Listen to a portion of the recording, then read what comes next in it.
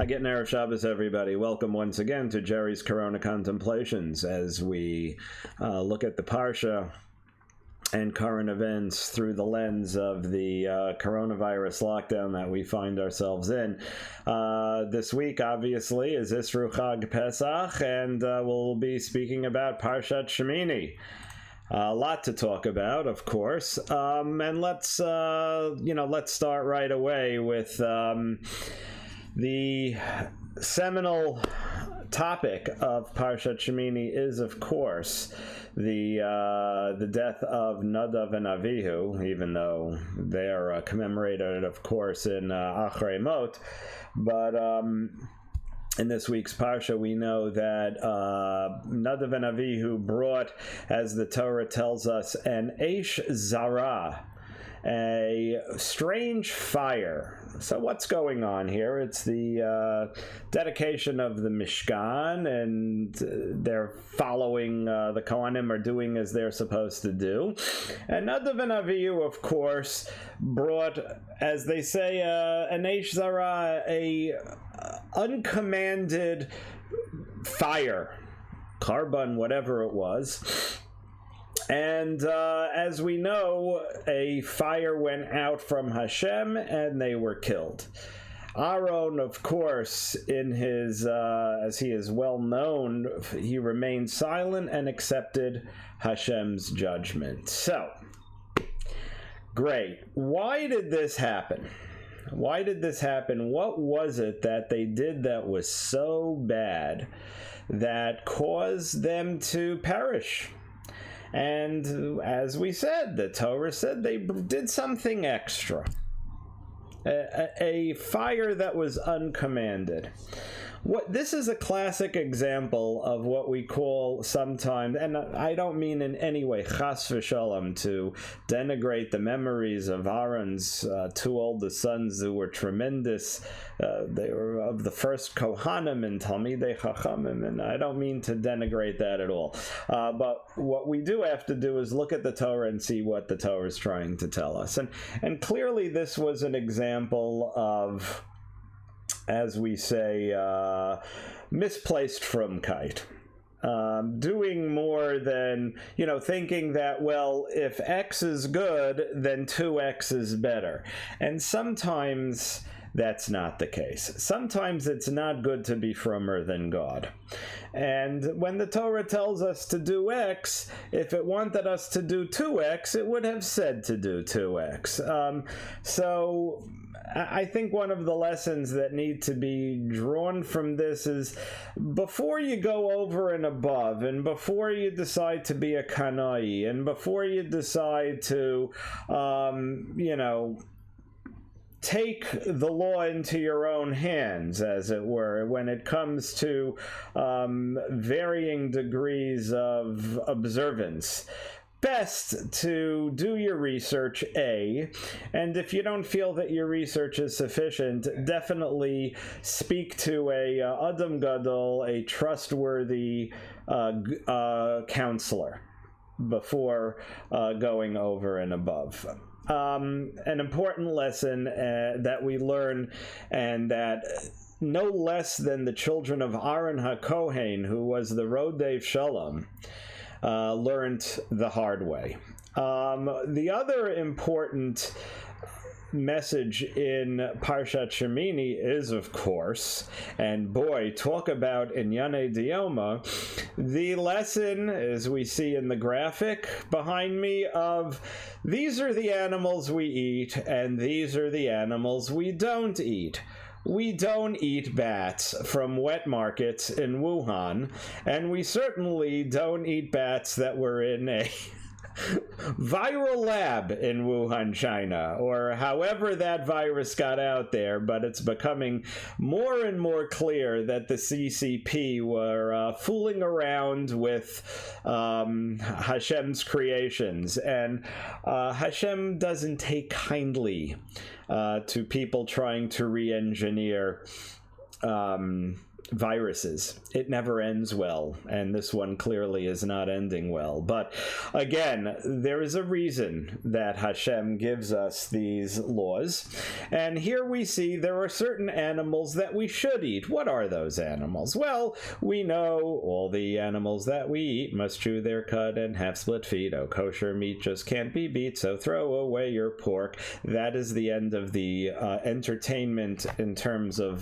vocal entertainment for this Dvar Torah. But the animals that we eat have to have a cloven hoof, and they have to be ruminants.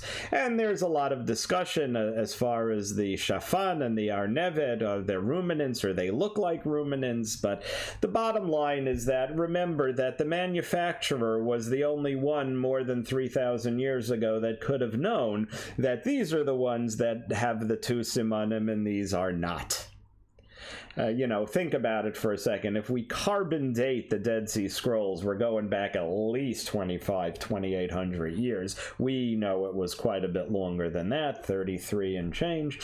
And at that time, whoever this man was that was creating this desert religion, chas v'shalom, of course we know that's not true, but those that want to claim that, why would they go out on a limb and say, well, these are the animals and these are not the animals? That person would have had a encyclopedic knowledge of zoology and marine biology to have made that statement out in the desert 28, 3,300 years ago. So, of course, we know that this is all given to us from on high. But what do all these animals have in common? Well, they are herbivores.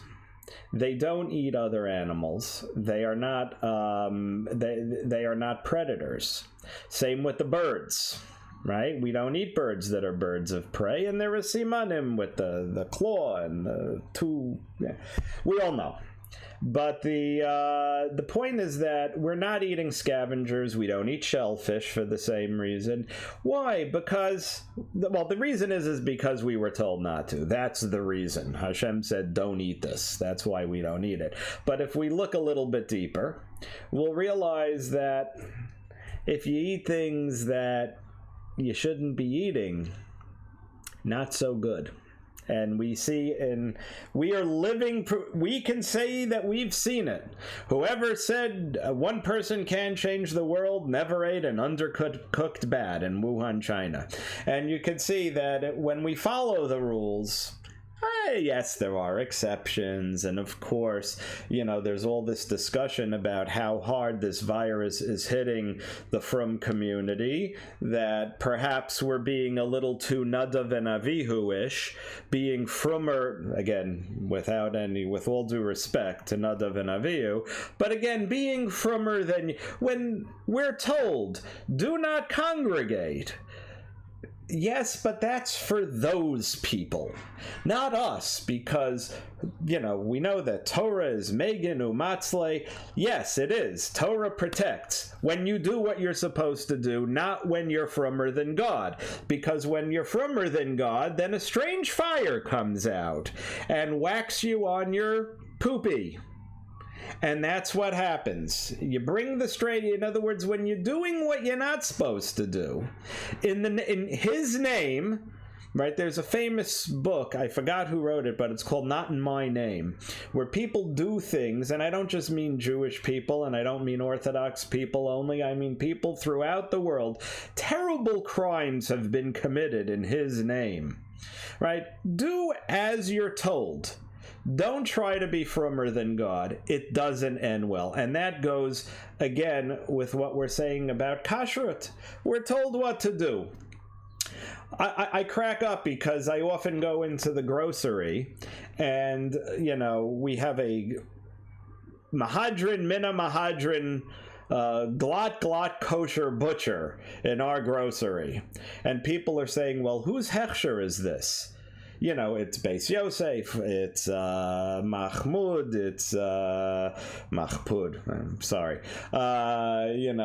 Whether it's this one or that one or Reuben, and this one says, no, I only eat X, Y, and Z.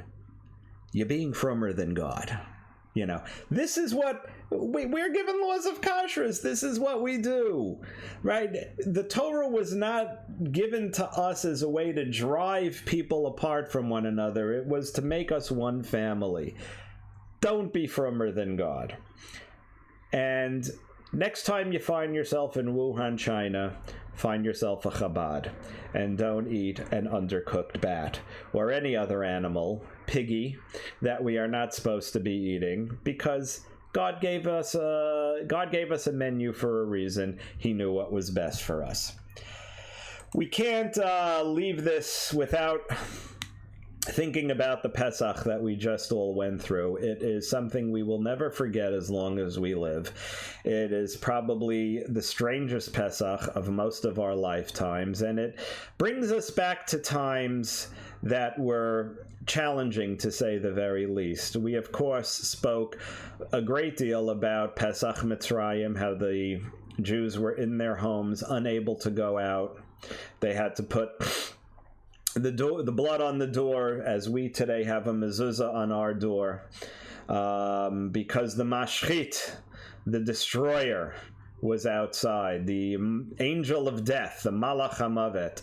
But we don't have to go back all that far. Yom HaShoah is coming up this week, Holocaust remembrance, and I couldn't but think about that last Passover in Warsaw, when again the destroyer was out in the street, and how the people couldn't go outside and they were fighting for their very lives against that same Malach HaMaves. This time it was wearing helmets and jackboots.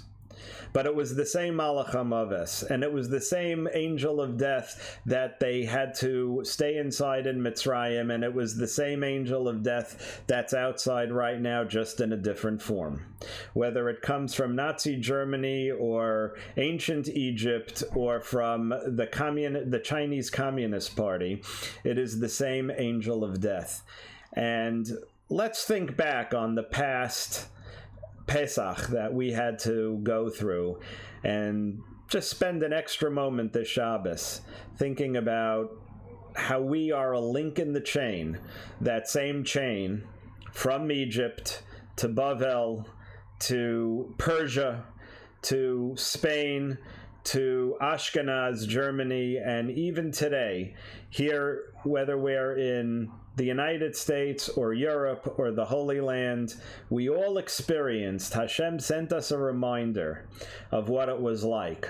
And like I said, we'll never forget it, and we will be able to tell our children and grandchildren, and please God, great-grandchildren, about how we couldn't go out one Pesach because the mashchit, in the form of an infinitesimal disease that you couldn't see, if you put it on the head of a pin, you couldn't see it. Yet it was the same mashchit that our people have gone through so many times in the past. V'hi sheyam dalav oseinu v'lanu v'akadosh baruch hu matzilenu miyadam. Shabbos hi makara bracha. Shabbos is the source of all blessing. Zachar as Yom Shabbos lakacho. I could put back the challah. Notice that my challah is your standard challah. I don't make my challah in the form of keys or crosses. You can look that one up if you want to see why we don't make challahs in the form of keys or crosses. Remember, we're all right. Zachar Yom Shabbos Lakadsha, we don't roll on Shabbos, and again, we won't be rolling this Shabbos. All the bowling alleys are closed, as are the theaters, as are the clubs. Stay home, spend Shabbos with your family. Again, take on one more mitzvah of Shabbos that maybe you haven't done in the past weeks, in the past weeks of quarantine. Do one more, whether it's Kiddush, whether it's lighting candles, whether it's waiting an extra minute before turning on TV, whether it's throwing away those damn cigarettes. Whatever it is, do one more thing for Hashem this Shabbos. I wish everyone a wonderful, fantastic, and meaningful Shabbos. Think again about the Seder and what we've gone through. Join us back here next week, Acharei Mos, and have an absolutely wonderful and restful and safe Shabbos. Shabbat Shalom to everybody.